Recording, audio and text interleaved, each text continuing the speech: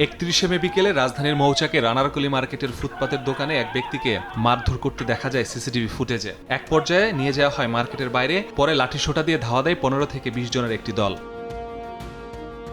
অভিযোগ ওঠে মারধরের শিকার ওই ব্যক্তি যুবলীগের কর্মী ছিলেন। পরে জানা যায় তিনি রমনা থানা যুবদলের আহ্বায়ক দিদারুল বাবুর কর্মী। এ নিয়ে মীমাংসা হলেও সন্তুষ্ট হয়নি বাবুর অনুসারীরা। পরে সোমবার বিকেলে স্বেচ্ছাসেবক দলের নেতা বিল্লাল হোসেন তালুকদারের ভাগ্নেকে মারধর করে তারা। যুবলীগের 7-8 জনকে ওই মার্কেট থেকে তাৎক্ষণিক বের করে দৌড়ে দেওয়া হয়েছিল। দিদারুল ইসলাম বাবু এটা সহ্য করতে পারে নাই, তার এটা সহ্য হয়নি, কারণ সে চাচ্ছে না যে তার এত বিশাল বড় বাহিনী ধ্বংস হয়ে যাবে।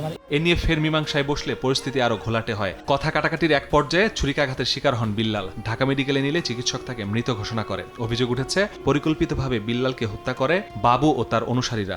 আমার ভাইয়ের শরীরে কোথাও আঘাত করে নাই, একবারে ফুসফুস বা হার্টে একবার আঘাত করছে, একটা আঘাতই করছে। তার মানে ওদের উদ্দেশ্য ছিল আমার ভাইকে মারার।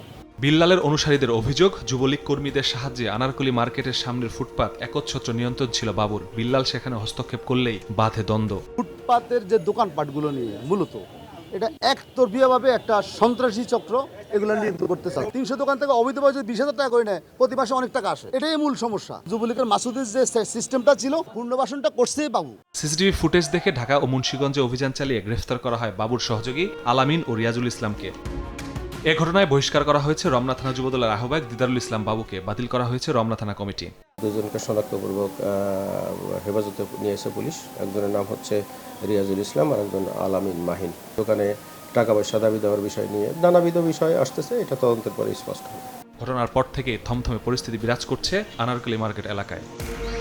আনারকলি মার্কেটের সামনের ফুটপাতের 2 শতাধিক দোকানের দখলকে কেন্দ্র করেই স্বেচ্ছাসেবক দল এবং যুবদলের মধ্যে দ্বন্দ্ব তৈরি হয়। সেই দ্বন্দ্ব থেকেই প্রাণ ঝরেছে স্বেচ্ছাসেবক দল নেতা বিল্লাল হোসেন তালুকদারের।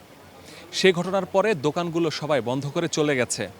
এই দোকান কি কিছুদিন পরে আবারও খুলবে, নাকি চাঁদাবাজি বন্ধ হয়ে এর একটি সমাধান হবে? সে প্রশ্ন এখনকার ব্যবসায়ীদের। মাসুদুর রহমান, সময় সংবাদ, ঢাকা।